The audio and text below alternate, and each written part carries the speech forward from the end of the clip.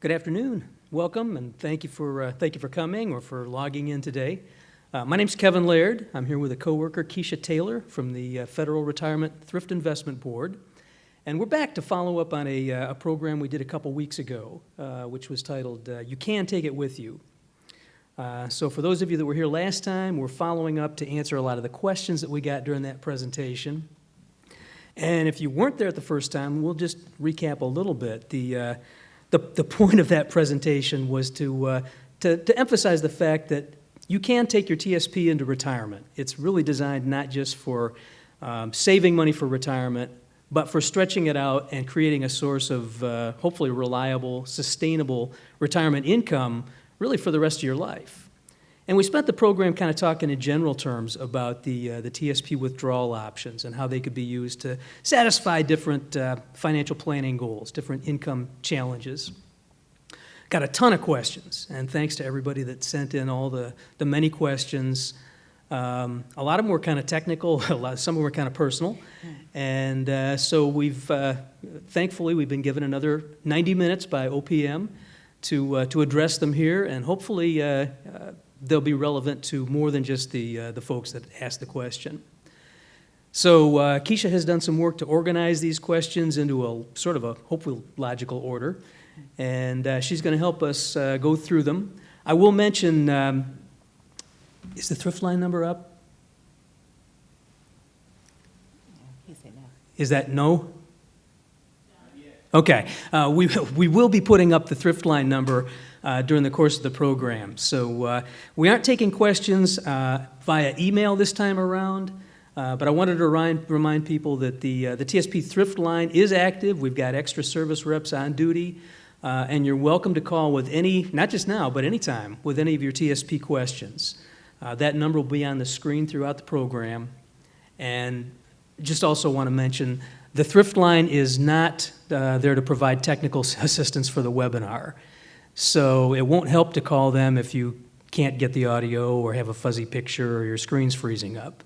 But if you have any TSP questions, please call them today or anytime. So Keisha, what do we have? Where are we going to start here?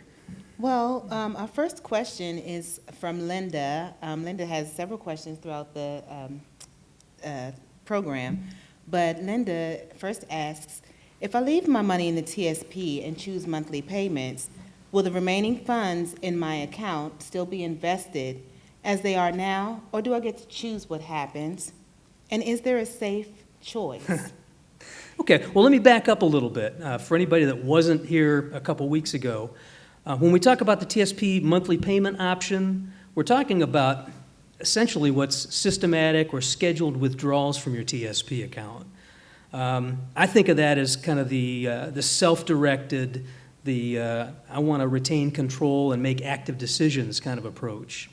So to request monthly payments, a participant would just simply send the request one time, tell us either how much you want to receive each month, or ask the TSP to compute your payments based on life expectancy.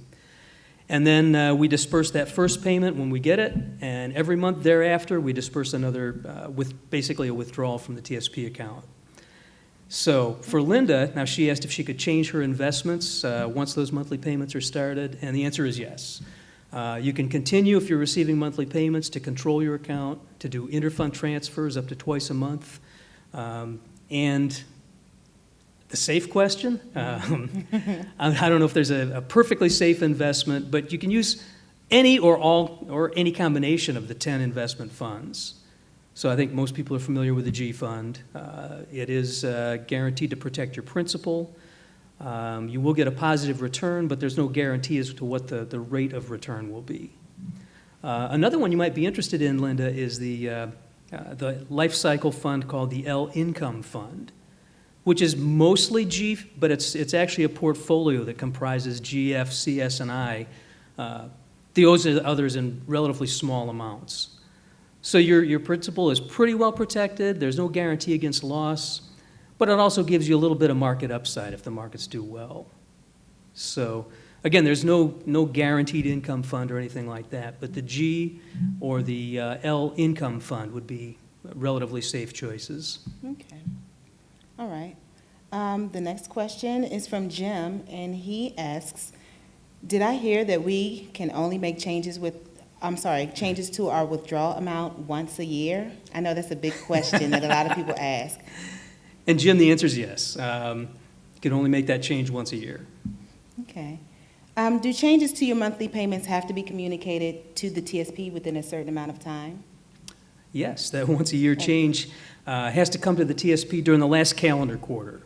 So it's basically, in fact, you can't even get to the form until the option's available. So people receiving monthly payments will get a notice that reminds them they have this opportunity at the end of the year. The form will become available on tsp.gov, and as long as they mail it in between October and December 15th is usually when the window closes, they'll get a different payment amount commencing in the next calendar year. Well, let's say I'll be retiring next week, and I've been contacted by financial planners that said I cannot make changes to my monthly payments. If I start a monthly payment of $750 now, can I change that amount during the October-December window, during the open period annually? Absolutely, and I'm not sure where your financial planner got that information, but that's a misunderstanding. That's false. There's nothing going to prevent you from changing the amount of your payments during the once-a-year window of opportunity. Okay. Can we pull any amount of money each month? For example, for year one, payments of $1,500 and $1,000?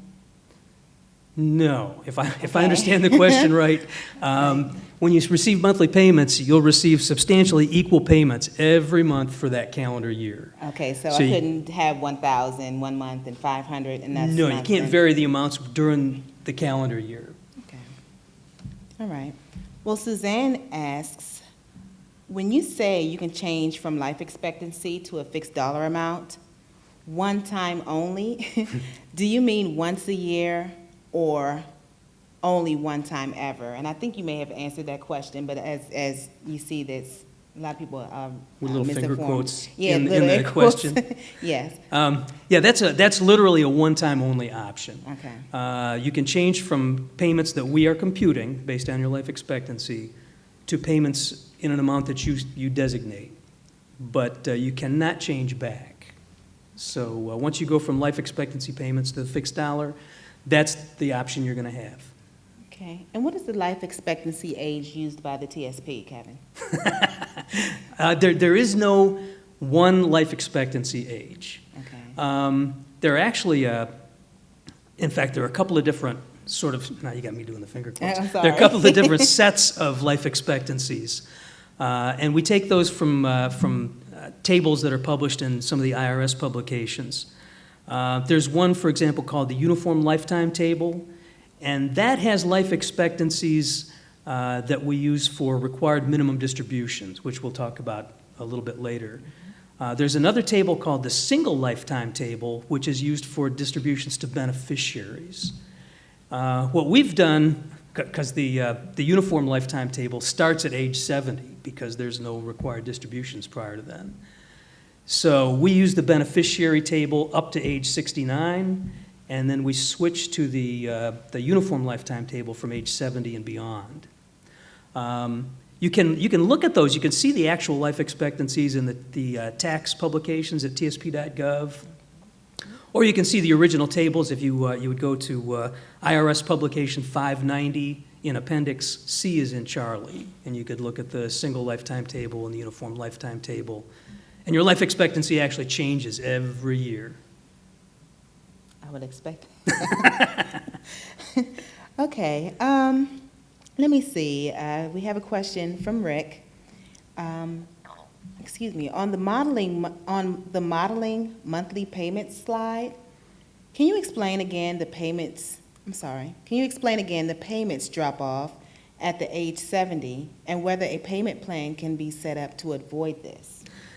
Yeah, and Rick just spotted the real impact of those two different tables on your actual cash flow. Using the life expectancies that go up to age 69, we use the one table, and then we switch tables at age 70. That's why he sees that drop-off. Okay. So the practical effect of that, at age 69, we assume that you're going to live to about age 86. After your next birthday, we assume that you're going to live to, I think, age 97. So the payments get smaller because they're stretched out over a longer life expectancy, and that is a little awkward. As far as a payment plan that would avoid that, again, monthly payments, the assumption is that you are self-directing, that you are monitoring and making active decisions. So a person receiving monthly payments would have to anticipate that if they didn't want it to happen. And you could switch to a fixed dollar amount prior to age 70. But currently, we don't have an option that smooths that out. We just do the switch at age 70. And you can model that using the retirement income calculator at tsp.gov, which is probably a good idea for anybody that's letting us compute their payments. Right. Okay. For the life expectancy option, does the TSP ask about individuals' health problems? No, the life expectancies aren't really your life expectancies. Okay. They're unisex life expectancies. They're the same regardless of gender or medical condition or anything else. Okay. We have, I think, one more for the monthly payments side. If I have the TSP compute my monthly payments based on life expectancy, would that satisfy the IRS requirement of having to begin the required minimum withdrawals in the year a retiree turns 70 and a half? And that's from Lee, and thanks, Lee, for asking that question. Yeah, in fact, it would, and that's probably one of the most valuable aspects of having the TSP compute your payments. For anybody that wants to leave as much money in the TSP as possible and just satisfy that required minimum distribution without, because you don't want to be penalized. There's a heavy penalty for that. Choosing the life expectancy payments causes us to compute your life expectancy, your RMD for the year. We divide it by 12 and make a series of equal payments throughout the year that does satisfy your RMD for the year. All right.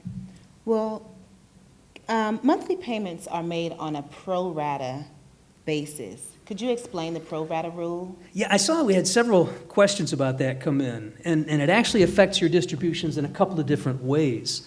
When we make distributions from the TSP for any purpose, whether it's withdrawals or loans or court-ordered payments or anything, we take the payments pro rata from all the available sources in your account.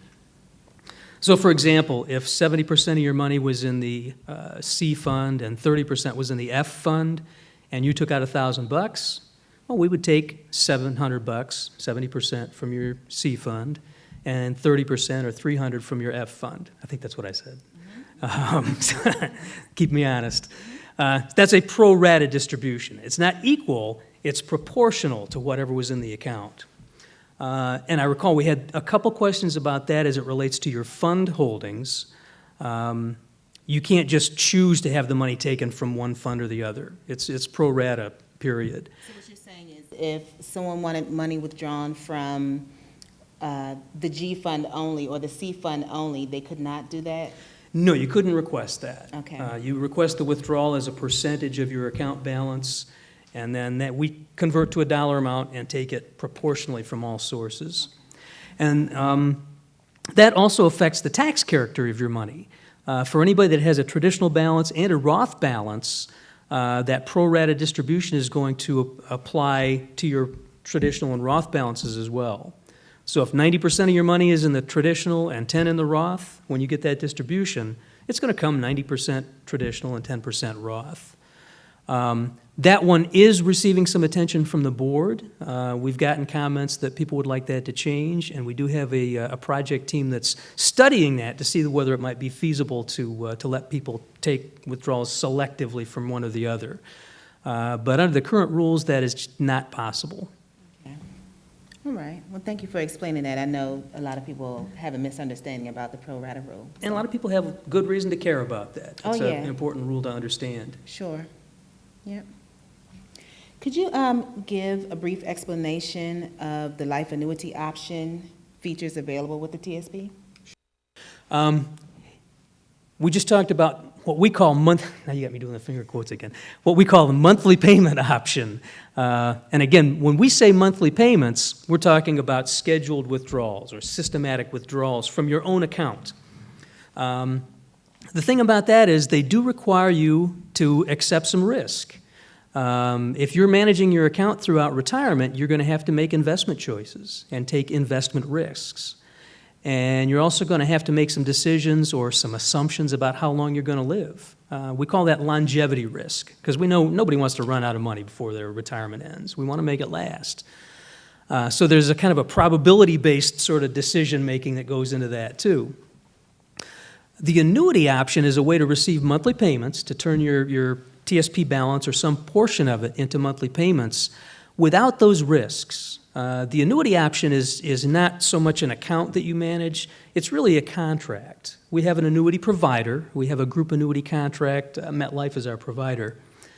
And under the contract, we can take some of your TSP balance, transfer it to our annuity provider, and then they assure you a lifetime series of payments that are based on actuarial formulas. So the annuity is a series of monthly payments that can't run out. And of course, the trade-off is that you don't have the same level of control. You're no longer making active decisions. Your payments are determined actuarially, and that's what your payments are going to be. Okay. So if I choose an annuity, my payments are handled by a vendor, which is right now MetLife.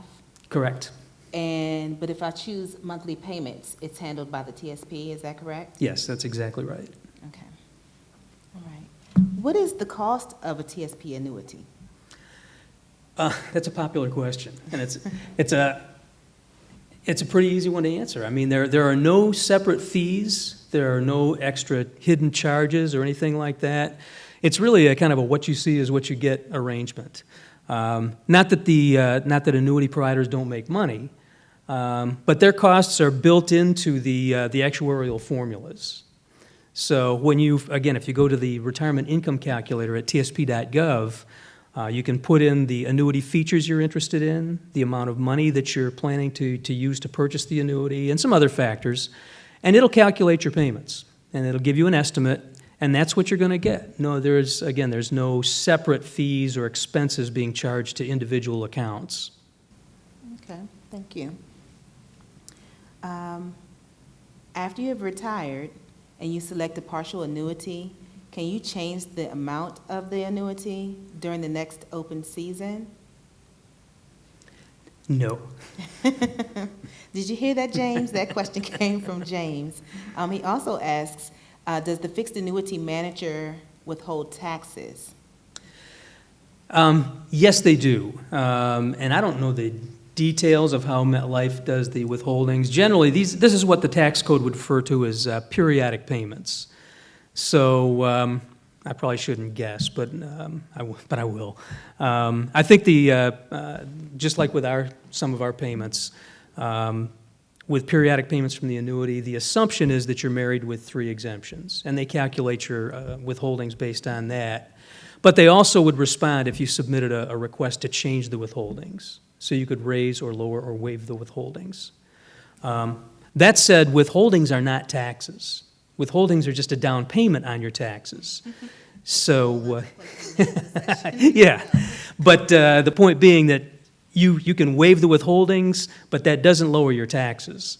And it could even subject one to penalties if you're not careful, because if you don't have sufficient withholdings taken out during the year, in certain cases there could be a tax penalty associated with that. So it's not something to do capriciously, but there is the ability to control your cash flow by adjusting the withholdings. Okay. The next question is from Patricia, and I know that we get this question a lot. She asks, I don't understand the difference between the 100% and the 50% survivor annuity. If I pick the 50% annuity for my spouse, does he receive 50% of the annuity after I die, or do I receive 50% of the annuity after he dies? Thanks for that question, Patricia. Mm-hmm. And the answer is both. The 100% survivor annuity, if you purchase a joint life annuity with a 100% feature, then the payments are not reduced at all at the death of either spouse. As long as one of the spouses is alive, the payment is 100%. The 50% feature causes the payment to reduce, to be cut in half at the death of the first spouse. So it doesn't matter if it's the so-called employee or dependent spouse, it doesn't matter which one. The backside of that, though, and I think this is important, all of these features that may result in larger or longer payments later on cause the annuity provider to have to hold more funds in reserve. They got to make sure there's going to be enough money to pay for those. So what you're really doing when you elect the 100% feature is you're transferring additional risk to the insurance company, which is okay, but they're going to withhold enough money to make sure they can make good on those payments. So your payments up front, if you elect the 100% survivor annuity or benefit, your payments up front are going to be a little bit smaller. By electing the 50% survivor benefit, you're actually forcing the annuity provider to pay you back sooner. Your upfront payments will be bigger while you've got more ability to enjoy them, while you're both alive to enjoy them. So it's not just about the survivor, although that's an important consideration. It's also about your cash flow while you're both alive. I don't think a lot of people consider that, and I know a lot of people, well, I've heard some people are really surprised when their annuity payments are reduced by half after a spouse passes away. So again, I'm glad Patricia asked that question, because I know that was something that I was unclear of at first. Yeah, it's big, and it's neither good nor bad, but Right. it's an important decision factor. It's something you should really understand before you elect one or the other. Right. If I have the annuity, is the money I put there guaranteed, like, say, the money I put in a bank CD is guaranteed by the FDIC? No, another really popular question. And no, there's no express guarantee on the annuity. There's no federal agency like the FDIC or the PBGC that's going to ride in on their white horse and give us our money back if the insurance company has problems. But there is a pretty robust process built in. There are a lot of assurances that that's just not likely to happen. First of all, the annuity provider, although they won't give you an explicit guarantee, they have entered into a contract to provide lifetime income. And that's quite a big deal. The FRTIB has a very aggressive risk management program, and we're monitoring our vendors to include our annuity provider for any signs of financial distress. The real protections are at the state level, because that's where insurance is regulated. So every one of the states has a state insurance commissioner that's doing the same thing. They're watching those companies for signs of mismanagement or financial distress or anything like that. And they've got a whole array of steps that they can take to remediate a failing company. To include, they can just take it over. I mean, they can put it into receivership and bring somebody outside the company in to run the operations. So there are a lot of protections built in. If a company did fail, and with insurance companies, they don't actually go bankrupt. We don't use that term or that process. They go insolvent. But if your annuity provider became insolvent, the remedy of last resort, the big gun there right before everything goes bad, is what the states have guarantee associations. There's a life and health guarantee association in every one of the 50 states, and also in D.C. and in Puerto Rico. And the guarantee association, if everything else fails, would step in and guarantee those annuities up to a certain dollar limit. For annuities, I think the lowest states are, I don't think there are any that offer guarantees of less than $100,000 for annuities. So there are a whole array of protections. Long answer to a short question, but. Well, thank you. Let's move on to penalties.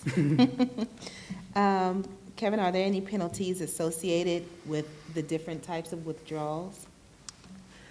Yes, it's not so much the type of withdrawal as generally the age at which you make the withdrawals. Of course, the TSP is like, in some ways, it's like an IRA or other retirement plans.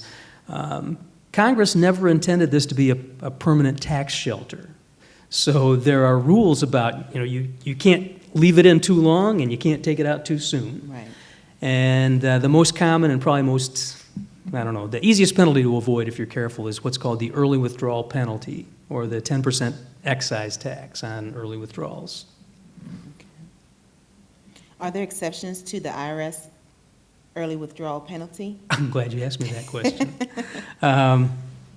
Yes, there's a long list of exceptions. The ones that I think we're most concerned about as we discuss the withdrawal options, there are two penalties that are related to your age, or two exceptions, really, that are related to your age. Right. And that there are two more that are directly tied to the withdrawal options. The one I think just about everybody knows is the age 59 and a half rule or exception. Once you turn age 59 and a half, the early withdrawal penalty goes away, period. Right. So if you're planning on retiring at a more or less normal retirement age, if you don't plan to withdraw your TSP until after you've attained age 59 and a half, you're good to go. That's all you really need to know. There's another rule related to age that's much, much more narrowly applied. It really only applies to employer plans like the TSP. So part of the message here is this does not help with your IRA. But if you have money in an employer plan, and if you work for that employer until the calendar year during which you turn 55, then you can withdraw from that particular plan without a penalty. So specifically, if you're a TSP participant, you work for the federal government until the year you turn 55 or any time thereafter, then you can withdraw from the TSP without a penalty. So that means if my birthday is in November, and I'm 54 years old, and I'd like to withdraw from my TSP in July, I can do that without penalty? Yeah, as long as you are retired or separated during that year during which you're going to turn 55. Okay, okay. And that's the triggers are different. The age 59 and a half exemption happens because of when you withdrew the money. That's what we're looking at. Okay. The age 55 exception doesn't care when you take the money. It cares when you retired. Got it. So, and that's an easy one to mess up. And when you start mixing in all the other rules for Social Security and FERS and the minimum retirement ages and everything, Yes. It can seem very murky, but it's actually pretty clear cut. Okay. And just going to put in a plug here. We talk about transferring money from IRAs into the TSP. That's one reason a lot of people consider transferring their IRA money into the TSP. Because if you're going to retire early and you would like access to that money without the penalty, Yes. money in an IRA pretty much have to wait till 59 and a half to withdraw without the penalty. The money in your TSP, if you retire at that earlier age, would be accessible 4.5 years sooner. Yes. All right. That wasn't a shameless plug. Shameless self-promotion. Yes, yes, yes. All right. Let's say I'm a FERS employee, and I may take an early out retirement from my agency before my 55th birthday. Is it true I can start withdrawing from my TSP? I'm sorry. I'm actually, as I'm reading this question, you just answered it, but I'm going to continue reading it so people will know that you just answered it. Is it true that I can start withdrawing my TSP without tax penalty on the calendar year of my 55th birthday? See, that's the trap. Okay. The writer is going to retire. I don't know when the writer's going. How old she's going to be when she retires. Right. I think she hasn't told us that. Okay. But the fact is, you can't necessarily withdraw. You can't necessarily retire early and then withdraw at 55 without a penalty. Okay. That would be really dependent on how old is she when she retires or separates. If her retirement date falls into that year, then the answer would be yes. If she retires or separates during the year she's 53 or 54, you can't just wait till you're 55 and then avoid the penalty. Right. So the retirement date is very important and how that aligns with your age. I'm really glad someone asked that question. It doesn't have a name, but apparently there's some confusion. You can see the It's a little bit- confusion. Oh, It's yeah, very yeah, easy yeah. to- Yeah. Yep. Okay, so Rob asks, how do I document or prove to the IRS that I'm permanently disabled? Can you maybe write a publication to help people who are in this situation? No, I don't think it would be appropriate for the TSP to try to do that. That's not really our domain. And the writer is Rob, is that right? Rob? Yeah. And I get you're probably very frustrated because it's hard to find this information. But actually what you need, Rob, is IRS Form 5329. I think that's right. Yes. That's the form on which you tell the IRS that you're entitled to the exemption. And there's a brief description of what the IRS means by disabled. But basically it has to do with your ability to earn substantial gainful, or to hold substantial gainful employment. You have to be able to prove that to the IRS. And the standard is, I think that condition has to be expected to be of, I'm going to do it again, long duration or result in your death. So that the bar is pretty high. It's a pretty severe standard. Another thing that might be helpful to you, Rob, is IRS Publication 524. That has information on the tax credit for the elderly and disabled. And there's like a whole page in that book that has different scenarios about, people's ability to hold certain kinds of employment and whether or not they qualify as disabled. There's also information in 524 about how to document your doctor's or your physician's assessment. And I think there's an alternate form you can use. There's a VA form that would satisfy the proof. I'm going to sit on my hands. The proof requirement. So Form 5329 and IRS Publication 524, I think, will be helpful to you. I'm sure he appreciates that answer and that guidance. Let's see, Barb asks a two-part question. When I retire in December of 2017, I will be at the minimum retirement age of 56 and have 36 years of service. My questions are, 1, am I eligible at 56, the minimum retirement age with over 30 years, to begin withdrawing from my TSP with no penalty, or do I have to wait until I'm 59 and a half? Okay, yeah. Once again, all this stuff comes back. Yeah. That's a great example. Barb's example, from what I'm reading there, yes, you would be able to withdraw without a penalty, but not for most of the information in there. It's like the math questions where they put in all the stuff that doesn't matter and you have to dig out the one fact that matters. The TSP is your money, okay? The money that's in there is your money. So we don't have all these rules that the retirement plan or Social Security might have to entitlement. We don't have a minimum retirement age. We don't have any of that stuff. It's yours. You can take it. The only thing we care about is whether or not you're separated. And again, we say separated. You don't have to be retired. It just means you're not working for the federal government anymore. So that could be you've reached the end of a term appointment, you've resigned, you've been terminated for whatever reason. Separated is separated. Having said that, what we do have to be concerned about is that the pesky early withdrawal penalty. Barb, in this case, it sounds to me, if I heard that right, she would be exempt from the penalty because she retired during the year she was 56. If I've got that correct, then that's the key. She's exempt from the penalty because of the year or the age at which she retired. Yes.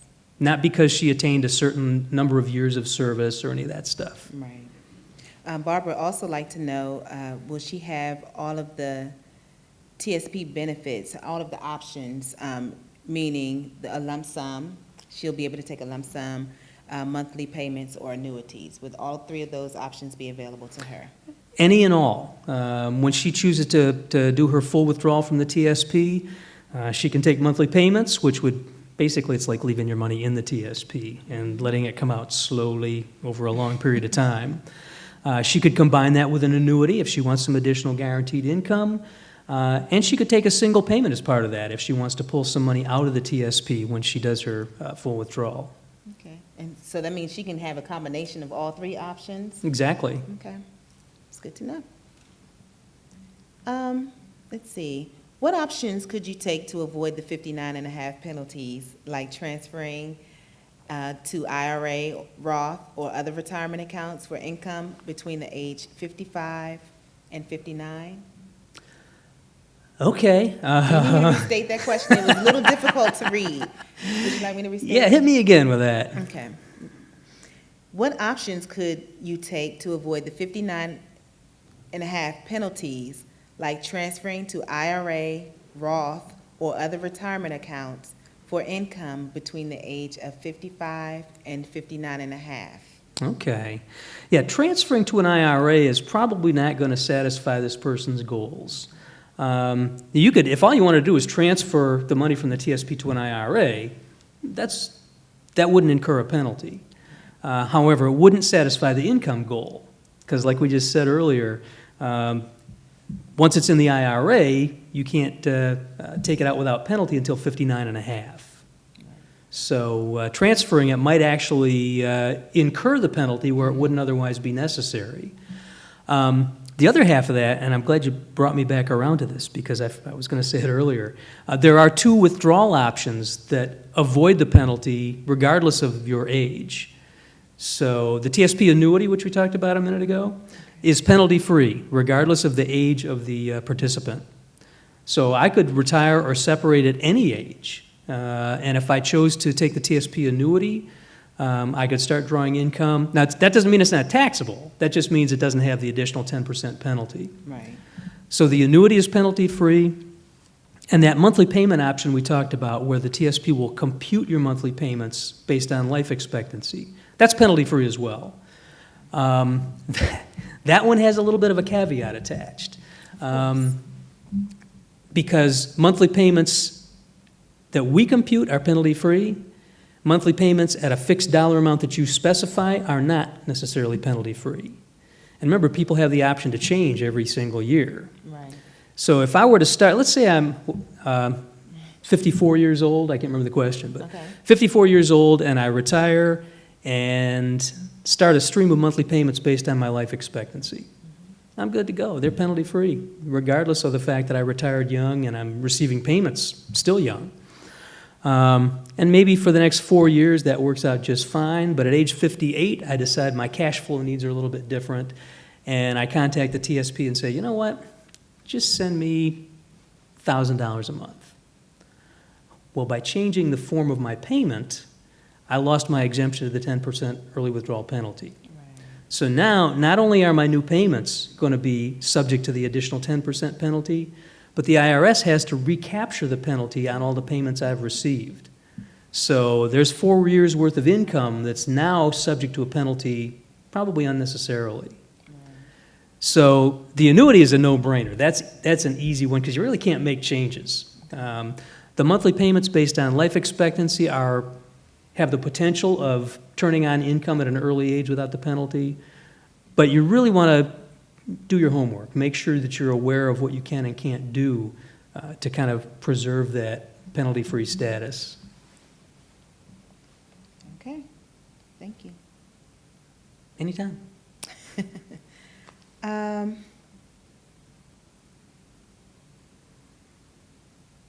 I'm going to ask this question, and I think you're giving a lot of information and a lot of reiteration can never hurt. If I work for 30 years, am I still under my minimum retirement? Excuse me, let me start over. If I work for 30 years and am still under my minimum retirement age of 57, am I still penalized 10% for beginning withdrawals?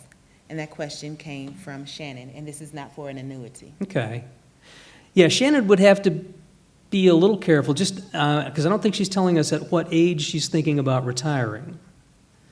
The fact that she's 57 now, if she retired before that 55 year, she might be stuck with the penalty until she turns 59 and a half. If, however, her retirement was during or after the year she turned 55, then she'd be okay. And I don't think that was embedded in the question there. And I don't think we have enough information to really answer that. Okay. Okay. Is the exception to the IRS early withdrawal penalty available when taking monthly payments not tied to life expectancy? No. Okay. Thank you, Glenn, for that question. That was a simple answer. Is that it? So that's it. Okay. All right. Yeah, that automatic exception is specifically tied to monthly payments based on life expectancy. Okay. MB would like to know if and when the TSP would be extending the early withdrawal to all law enforcement without penalty, like most of all non-federal law enforcement. I don't know that. I know that there is some draft legislation in the House that would extend some of that to federal public safety officials. First of all, there is an exception for state and local, and I don't know exactly how it's worded. I think it's public safety, but it certainly includes law enforcement, for payments from defined benefit plans. That's like a pension plan. The TSP is not a defined benefit. It's a defined contribution plan. So even if the current protection was afforded to federal law enforcement, it wouldn't include the TSP. If this bill goes through, it could be completely, it could completely have no effect. And who knows where that's going to come out. I should have checked GovTrack before I left. But I think, did we put a bill number in the notes there? HR 4634? HR 4634. So if you want to go on the internet and track that, you can keep up with it. But even the bill that's in there now in its current form would not extend that to the TSP participants. Okay. All right. If a person retires at 53 with 33 years of service, can they take a partial lump sum from TSP and put the rest on monthly payments without taking the additional 10% penalty for early withdrawal? Not at age 53. One could at that age, the monthly payments, if you took payments that we compute, that portion could be penalty-free. But the lump sum, unless it's being directly transferred to an IRA or something so that you're not really touching the money. If that's a cash disbursement, if it's going to your bank or your checking account or something, no, that'd be penalized. Okay. All right, before we go any further, I would just like to remind the viewers that the thrift line is available. I don't know if the number has been put up yet. It is up. We get Big the thumbs up. the thumbs up. So feel free to call the thrift line with any questions that you may have of the TSP. And we also have on our website, in my account, we have an electronic messaging system. Oh, yeah. The messaging center is secure, and you can ask your questions through the web, online, through my account, through your account on the TSP website. Okay, thank you for the thumbs up. All right. Kevin, does the TSP do tax withholding on payments, or do I have to do estimated quarterly payments? No, we do tax withholding. Okay. Just like I sort of guessed with the annuity payments. If you're receiving monthly payments, at least if they're periodic payments, if they fit that definition, then we withhold based on the assumption that you're married with 3 exemptions. And you, if you choose to change that, can submit a form to us and ask us to raise the withholding or lower it. Or again, you can even waive it if you're sure you're not going to owe a penalty as a result. Now, lump sum payments, if you receive a partial withdrawal, if you receive a single payment as part of your full withdrawal, if you cancel your monthly payments and ask for a full final withdrawal, any of those lump sum distributions are subject to a 20% withholding. That is statutory. I mean, you can have us take more, but you can't waive it or lower it. Right. So it depends a little bit on the form of your payment, but again, the short answer should have been yes, we do tax withholding. Okay. Gil would like to retire around 57 or 58. He wants to know if he understands correctly from the webinar last time that there is a 20% cost to withdrawing TSP funds prior to reaching the age of 59 and a half. Is that true? Not exactly, and that's I think that's the misunderstanding that we were hinting at earlier when we said withholdings are not taxes. Okay. if you take a distribution of traditional money from your TSP, that is all going to be taxed as ordinary income. And there is no set tax rate on ordinary income. It depends on basically how much income you have and what tax preferences you're eligible for.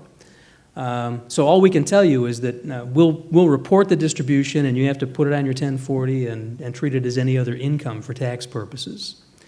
The 20% is a withholding, and again, that's more like just a down payment on your taxes. It doesn't represent a real tax rate. Okay. Does the fixed annuity manager withhold taxes? Yes. Michael asks, are TSP withdrawals taxed as ordinary income or capital gains? Nice try. No, there are a lot of investments are taxed at favorable rates. There are lower tax rates for things like capital gains and qualified dividends and that kind of stuff. And those rates are not available for TSP distributions. Everything's ordinary income. Okay. All right.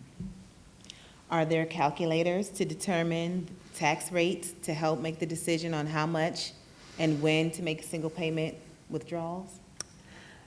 TSP doesn't really have a calculator for that. We have like a paycheck calculator and some things that allow you to put in your own estimated tax rate or an assumed tax rate.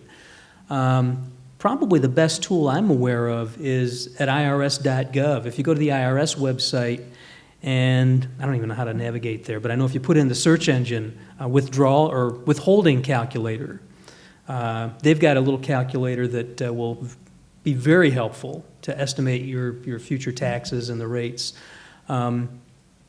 It's easier if you approach that with a copy of your last year's tax return in hand, because some of the questions are very technical, but it's a great little calculator. Okay. We like hanging out on the IRS's website. Oh, it's a blast, isn't it? All right, let's move on to required minimum distributions. Okay. IRA accounts, such as at banks and credit unions, have a required minimum distribution beyond the age of 70 and a half. Does TSP have the same requirement also? If so, how does the TSP figure it? Okay, yes, the TSP has a similar requirement. So starting at age 70 and a half, you will have to take a certain amount from your TSP every year. And there's a big difference between, well, a couple of big differences between us and the IRA world. The one that first comes into my head is with Roth contributions or Roth balances. If you have a Roth IRA, those required distributions don't apply to the Roth. But in the TSP, whether it's Roth or traditional, you still have to take required distributions beyond age 70 and a half.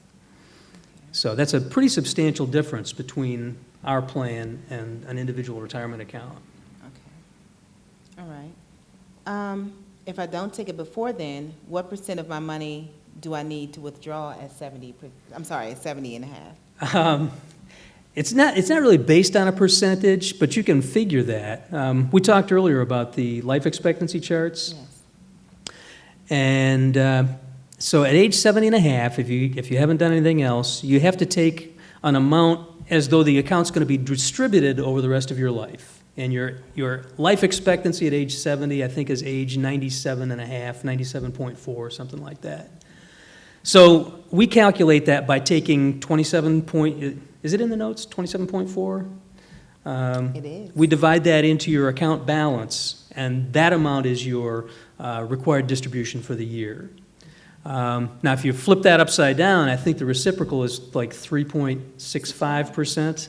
So at age 70, that first distribution is a little over 3.5% of your account balance. But that percentage is going to grow because, of course, unfortunately, our life expectancy gets shorter every year. So the required distribution becomes a slightly larger percentage of your account year after year after year. Okay. All right. Deborah asks, how long does the separated employee have before the 50% penalty will incur if they do nothing concerning their RMD? Basically, well, it depends on when you start, I guess, but the required withdrawal date, in most cases, is April 1st of the year following the year you turn 70 and a half. So for that calendar year, the year you turn 70 and a half, you have to take a distribution. You can, if you choose, take advantage of that little bit of a grace period that follows. So if I turn 70 and a half in 2014, I'm going to have a 2014 distribution. I got to take money for this year. I can take it this year, or I can push it into that next little grace period window and take it January, February, March of the following year, 2015. If I do that, however, that doesn't remove the requirement to take a distribution for 2015. Right. So by postponing the first distribution, what I've done is cram two distributions into the same tax year, which might affect your tax rate a little bit. Right. But the basic deadline is April 1st of the year following the year you turn 70 and a half. Right. That's a very good point. And not only that, the TSP communicates when you're reaching the 70 and a half mark. You know, you get get the time is near leaflet, you get notices and things to say, hey, your money is here, that you're at that age, or you're at 70 and a half, it's time to start taking out your money. So you won't incur that 50%. Oh, TSP will reach out and touch you. Oh, yeah. We can't force them to take it. Now, that's the thing. Right. And that might have been built into the question, and I missed it. But the first required distribution, we will actually send to you automatically. Whether you want it or not, we will send that first distribution by or before April 1st. But after that, the TSP will not take any more automatic actions to satisfy your RMD requirements. So it's really important for folks either during the year you turn 70 and a half or certainly by April 1st of the following year to select a distribution option. And it's pretty much a game you can't lose. If you pick anything, it's going to satisfy your required minimum distributions. Right. And I think some of the questions that we're getting to will maybe help us to drill down into that. Okay. Well, this question comes from Herb. I'm a current employee and have reached an RMD age this year. If I retire near the end of the year, November, December, would TSP start my RMD early enough to preclude tax penalties? Yeah, as long as we get your retirement code in time. Sometimes it can take a month or so for us to find out that you're actually retired and subject to the required distributions. But yeah, we'll push out that first RMD before April 1st of the following year. Okay. I see there's a difference in RMD from TSP and IRA. Example, at 70, TSP's distribution period is 27.4, whereas IRA is 17. I'm figuring the TSP is treated differently than IRA.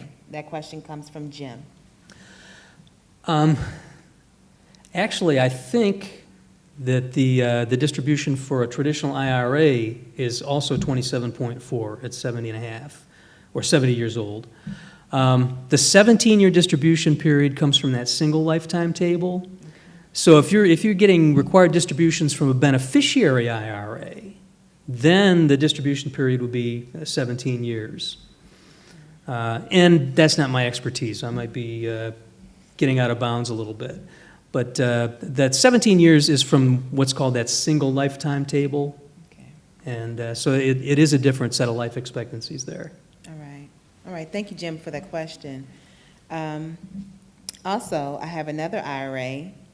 Once I turn 70, can I take a required IRA withdrawal from the other IRA and take nothing from the TSP, assuming the money I take represents the required distribution amount? TSP is a lot less costly. That was a small caveat at the end of that question. I think we're coming around to that Okay. somehow. No.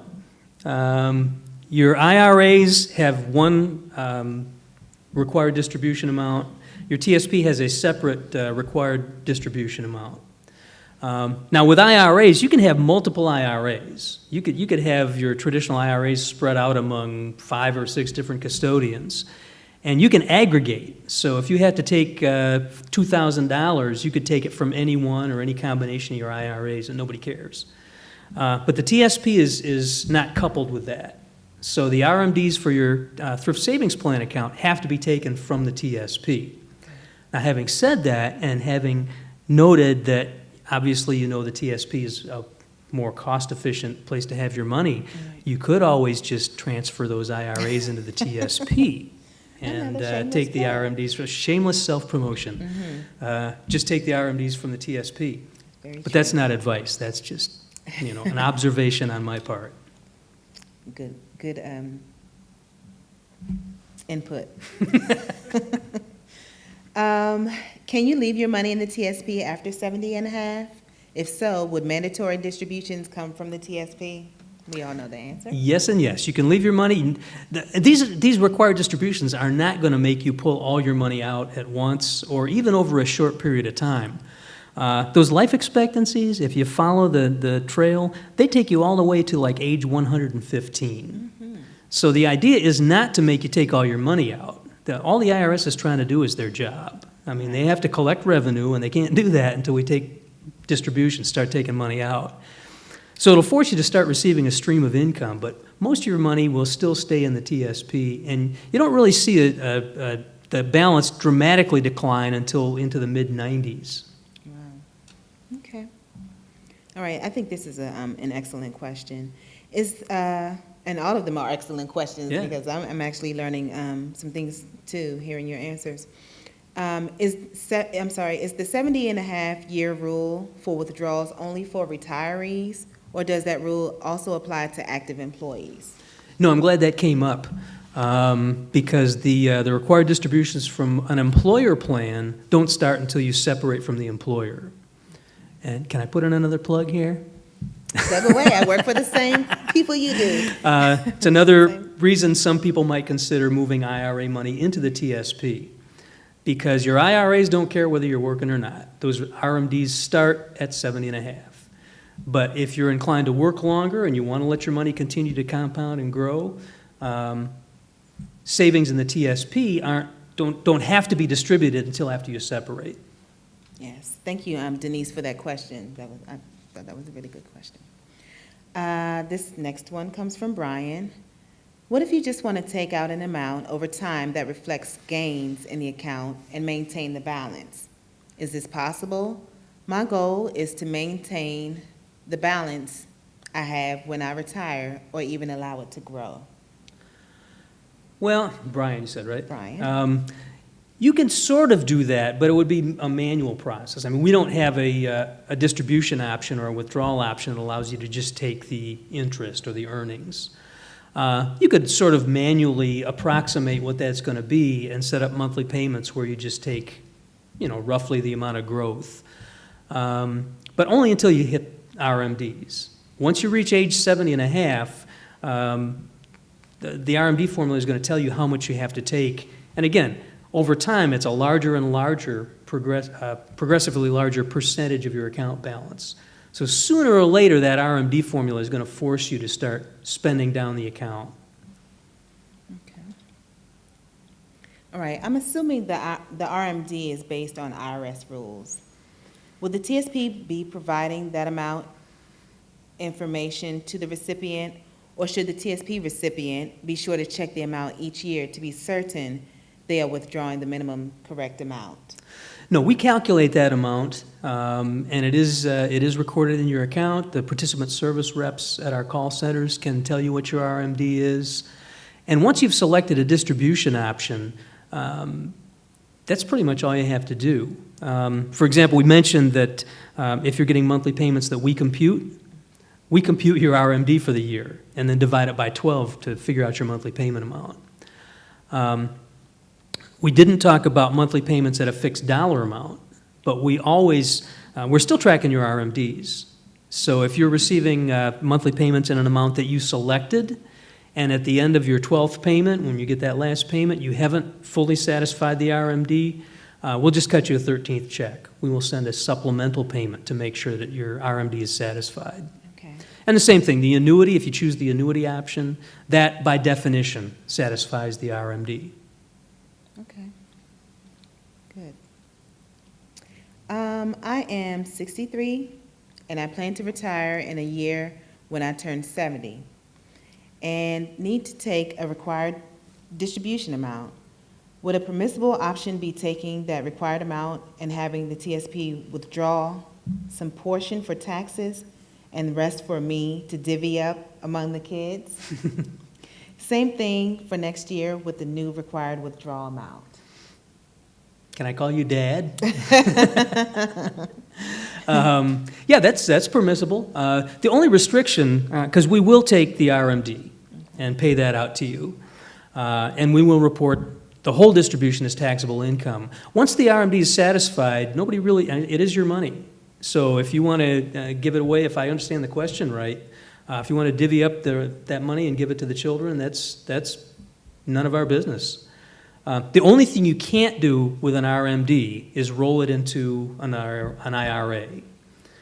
When a required distribution is paid out, it has to be taken in cash, and it has to be taxable.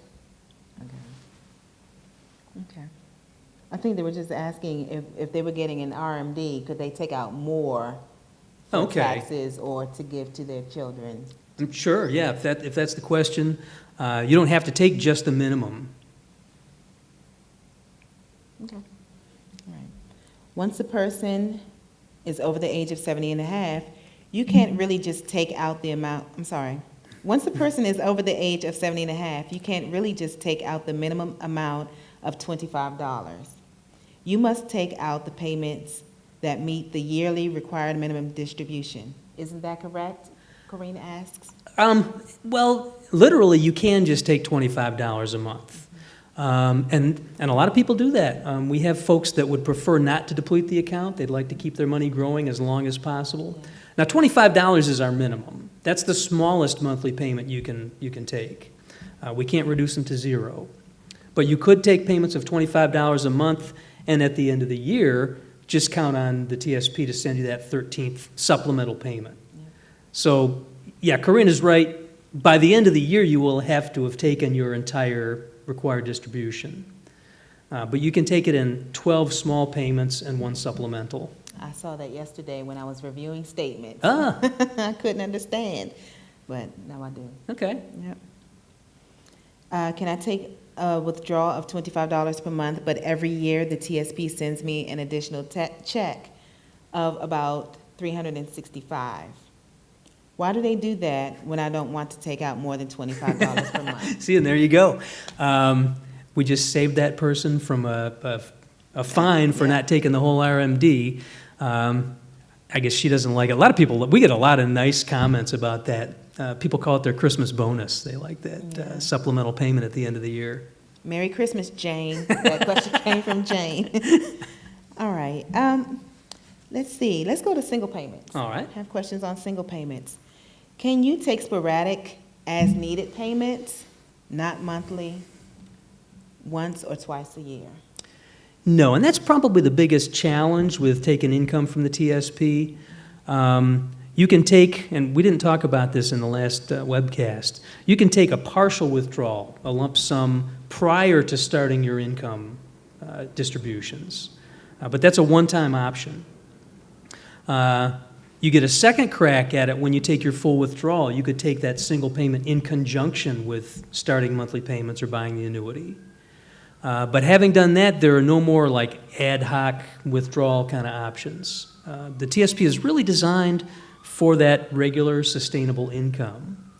So, no, the short answer is no, you can't do that. Okay. All right. Well, can you take a single payment option any time of the year as expenses transpires? If so, is there a limit to the number of single payments per year? Yeah, you can take it anytime during the year, but you can only take it when you're eligible for the option. So if you've retired and never done anything, then you've got the partial withdrawal option anytime you want it. But once you've used it once, it's gone.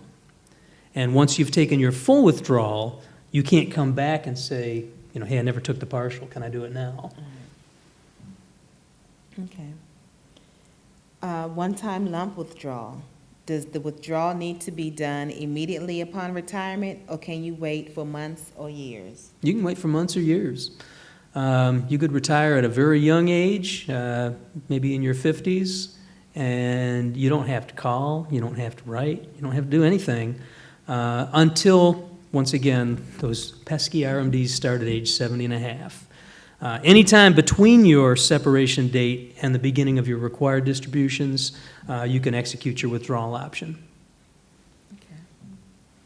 If I'm choosing the monthly payment withdrawal method and have never taken a one-time lump sum withdrawal, can I take that sometime in the future while in retirement? No. Okay. All right, this is a pretty lengthy question, and this comes from Master Sergeant Ed. I'm a Master Sergeant in the National Guard and a FERS employee, a National Guard technician, and will be 55 years old in August of 2015. I have just received my non-retention letter letting me know that my military employment and civilian employment will both be separated effective March 31st in 2015. Can I take a partial withdrawal from my TSP account immediately after separating and pay off a house we have, and then leave the remaining amount of money in my TSP until I turn age 60, to be drawn out then as a monthly amount of my choosing until the money runs out? You want me to stop there? That's a long question. That's not the end of the question. I can stop Okay. there. Did you want? Yeah, well, yeah, let's go from there. And, Okay. and first of all, Ed, thank you for your service. That's quite a career. And if I heard the scenario right, you're retiring during the year you turn 55, or will be during the year you turn 55. So the early withdrawal penalty is not a problem. The answer is yes, you can take a partial withdrawal and then wait and start monthly payments later on. And I would just suggest maybe talk to somebody, get some competent professional advice as to whether that's your best option or not. That partial withdrawal won't be penalized, but it'll be taxed. Okay. So that could significantly raise your taxable income during the year you take it. You might have some other viable options like starting monthly payments that will cover your mortgage and take advantage of the tax deduction for your mortgage payments or whatever. I don't know your situation and not in a position to advise, but you can do that, but you may have some other options that are even better. Okay. All right. We're right on target. Let's go to transfers and rollovers. Okay. I have some transfers and rollover questions. I have believed that we could roll, and I will not do the air quotes, but they're quotes. I have believed that we could, quote, roll, end quote, the Roth TSP to a Roth IRA. Now, I've heard that the Roth TSP cannot be, quote, rolled, end quote, directly, but the annuitant can receive the Roth TSP and reinvest it in the Roth IRA within 60 days. This could be a real glitch for most folks if true, and the mechanics of making the transfer is confusing. Yeah, actually, the question's a little confusing. If that's what you heard, you heard wrong.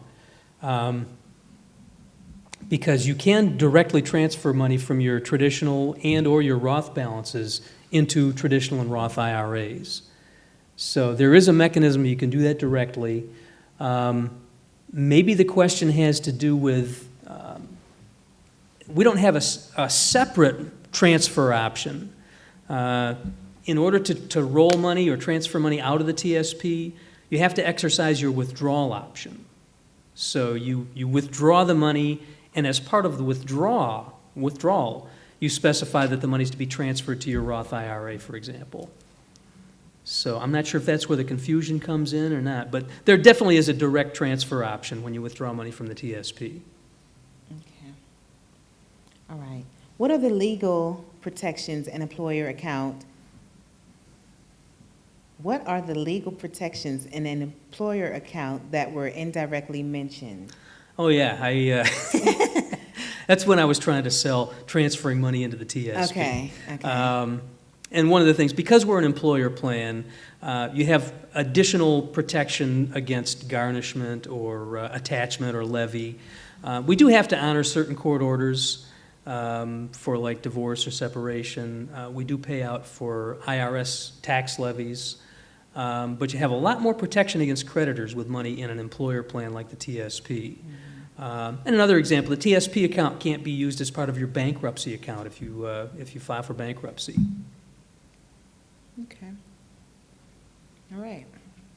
I'm 53 years old, Valerie writes, and I have a beneficiary IRA from my mother. I have to take RMDs on those. Can I roll over the beneficiary IRAs into my TSP and not bother with the RMD for now? No, and I'm sorry about the loss of your mom, but beneficiary accounts are treated under a whole separate set of rules. As we mentioned, there's two different life expectancy tables, so the rate at which you have to take distributions is different and the whole thing. So no, that can't be combined with a TSP account. Right. Okay. I put my money from my prior employer's retirement plan into an annuity, which will begin distributions when I'm 71 and a half. Can I roll all of the money into my TSP account at that time? I don't think we know enough about the annuity and what kind of an account it's being held in to really answer that. Okay. I would say it's possible. In order to transfer money into the TSP, one of the first steps is to get the losing institution, the institution that's currently got the money, to certify that it's qualified, there I go, qualified money that can be transferred into the TSP. So I would take that back to the custodian of your annuity and see if that's qualified money. And also, annuities can be kind of a locked-in contract. You might want to check and make sure there's no surrender fees or anything like that for getting out of the annuity and trying to move into some other kind of investment. Because it could be expensive to change your mind about that. Because once a participant purchases an annuity with the TSP, it's permanent. They're locked in that contract. Yes. Okay. Okay. Yes. Let me see. Can I transfer money from a traditional IRA into the TSP before retirement? You can do that anytime. Absolutely. Can rollover IRAs also be transferred to someone's TSP after a person is retired from the government? Rollover IRA is from a previous place of employment. I'm sorry, I don't know if that was a question or an answer. I don't know. Yeah, if it's a traditional IRA, yes. If you had the opportunity to do Roth contributions in your old plan and you have a Roth rollover IRA, we could not take those funds. But as long as you rolled it out of your employer's plan and into a traditional IRA, we're good to go. Very good. All right. This next question comes from Cindy. I have an IRA that I would like to transfer to the TSP. Can you tell me what type of tax penalty I would incur from doing this? There should be no penalty. Cindy, there's a couple different ways to move your money. Our lingo at the TSP is transfers and rollovers. Transfer, when we use that term, indicates that the money is moving directly from one provider to another, trustee to trustee. In that case, if you move money from, like if you're not changing the tax character, move traditional money to the traditional IRA, there's no penalty, there's no withholding, there's no tax. If you were to take a distribution and then there's a rule that allows you to do it yourself, and somebody else wrote in with a 60-day rule that they were aware of that. Right. You could take a withdrawal and do a manual rollover under the 60-day rule. Then it's all on you. You're kind of like guilty until proven innocent, you know. You have to then prove to the IRS that you indeed did the rollover. And there could be unintended consequences unless you're, pretty knowledgeable or getting good help. But what you would want to do, if that's your intent, is to do a direct rollover from one plan or one account directly into the TSP. Okay. What about cash transfers? Can you transfer in cash into the TSP? No. It has to be so-called qualified money, usually tax-deferred money that comes from an IRA or another employer's retirement plan. Okay. When you transfer money from another account into the TSP, will that account balance then accumulate interest? Oh, yeah. That money that you transfer in is treated as employee contributions. It's treated just like money that came out of your paycheck. Okay. And are you able to transfer a spouse's retirement account if the spouse dies? Oh, that would depend on the type of the account. There are rules in if it's the right type of account, there are rules that allow a spouse to basically sort of take ownership of a deceased spouse's account. And so in some cases, it could be transferable. I don't know that there's enough information in that question to say for sure. Is there a way to get, this is question is from Michael, is there any way to get my wife's 403B transferred to the TSP into an account of her own? I'm a federal employee. She is not a federal employee. Would Congress ever consider this family-friendly option? You can answer all questions from Congress, can't you? Yeah, I'm not sure what Congress would consider. That would be a very large step, though. Employer plans are generally for the employees only, and I won't try to guess at what could or might happen, but definitely under the current rules, that would not be possible. Okay. All right. Well, we have a few miscellaneous questions that don't fall into the categories. Let's see. When some employees retire, they're calling us. I think this is the hard question I had.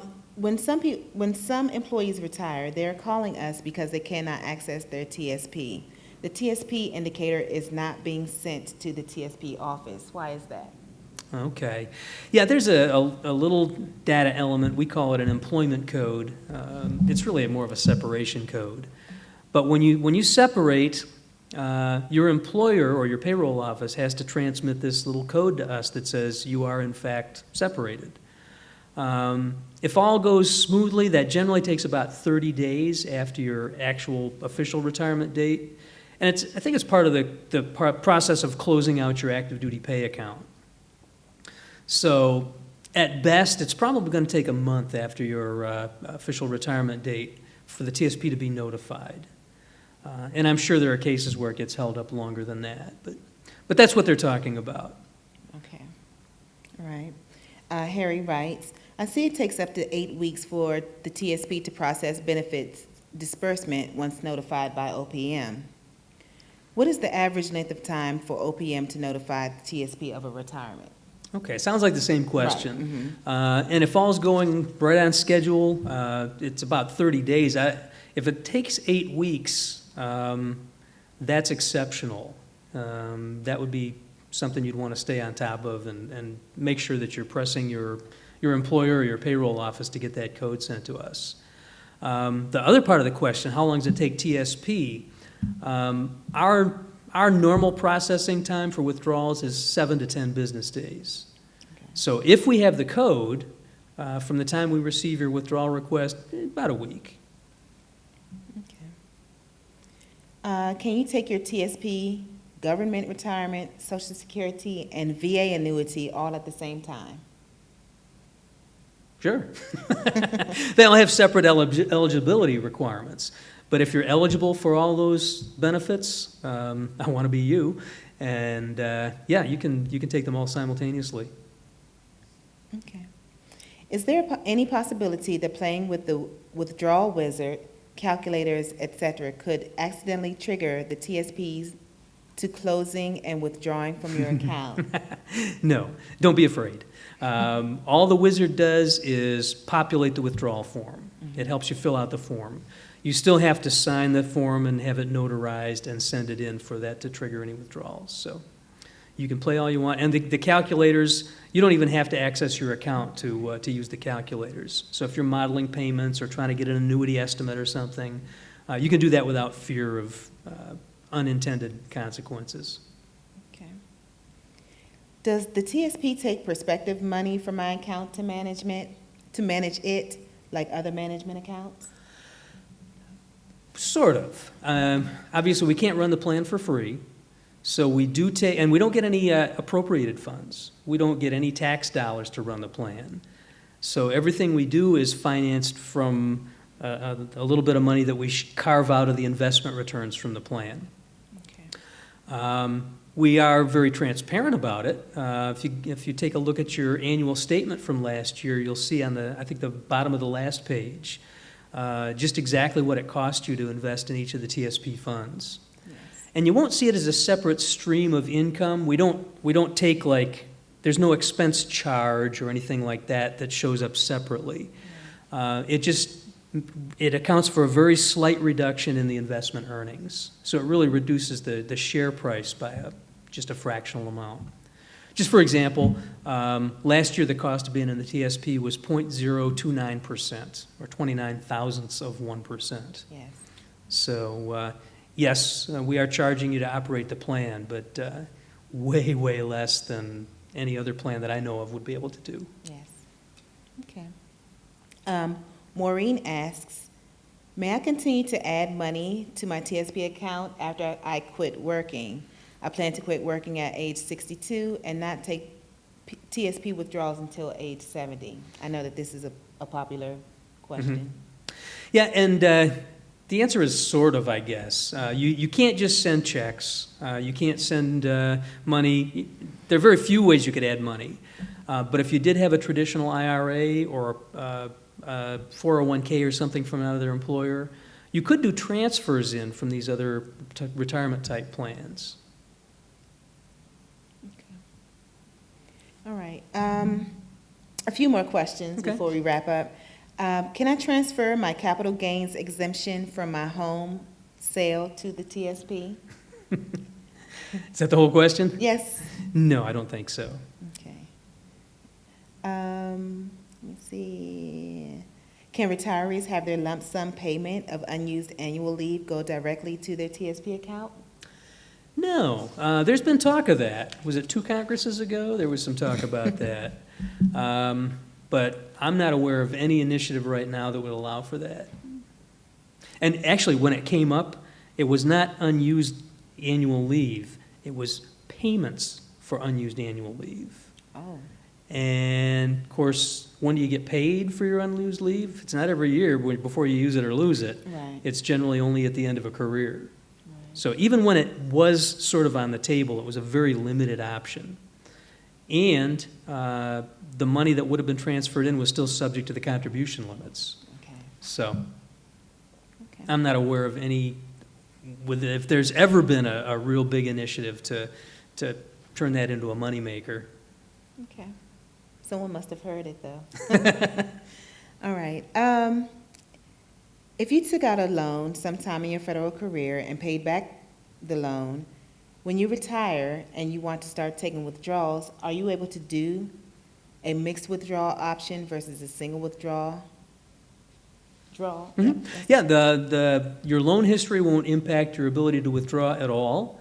The only case I can think of where that might, if you retire and you have an unpaid loan, then we'll have to settle the loan before you can use any of your withdrawal options. But if you retire and you don't have a outstanding loan balance, your loan history won't affect you at all. Okay. And speaking of loans, our viewers can also check out our new YouTube video, The Cost of Taking the TSP Loan, on our YouTube channel, Yeah, good, thank you. tsp4.gov. We have lots of information about taking loans that a lot of people may not know. Mm-hmm. All right, and lastly, last question comes from Ash. I'm a contract employee, and I don't know when I'm a contract employee, and I don't know when I will leave my agency. For example, if I leave the government agency after 3 years of saving into my TSP account, should I withdraw it all withdraw it all? Can I keep my current TSP until I retire? Also, will I have access to my account and continue to put money as my savings?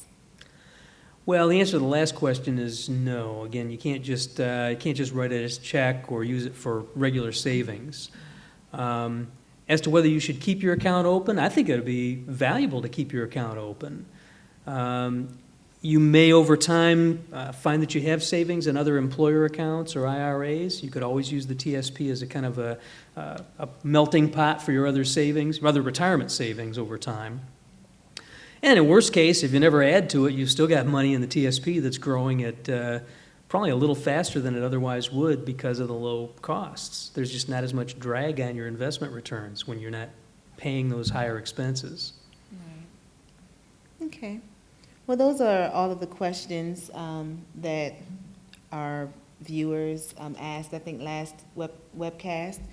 So if you wanted to wrap up with any closing remarks on anything? Okay, yeah, I just think it might be good to revisit. We've talked today kind of in silos about monthly payments and the annuity. I think it's important to remember that you can blend those two together. So you don't have to choose just the flexible option with the monthly payments and retain all that risk. You don't have to just settle for the annuity and give up control of your whole balance. It's possible to blend the two using a mixed withdrawal. So a person could use the annuity to cover their, say, their non-discretionary expenses, and then if there's additional money that they don't need for that purpose, they could use that for monthly payments. And that would give them a balance that they could control. It would allow them to make active investing decisions, have some flexibility with changing their payments over time. And so the blended solution could put you anywhere on that sort of continuum in between the really locked-in payments of the annuity and the sort of riskier approach of managing your own balance throughout retirement. And I guess we should mention the thrift line again. I'm glad you mentioned the secure messaging. Yes. Anytime you have questions about the TSP, you can go to my account and submit them electronically, and you'll get a timely answer from one of our representatives. Or you can call the thrift line, 7 a.m. to 9 p.m. on weekdays. That's Eastern Time. So they're not just there for the webcast. They're there all the time, anytime. Yes. And plus, we've got lots of articles on the web and in the print publications. Yep. So I guess the only other thing is thank you, Keisha. Thank you all Thank you, Kevin. for joining us this afternoon. And save a lot of money and retire happy.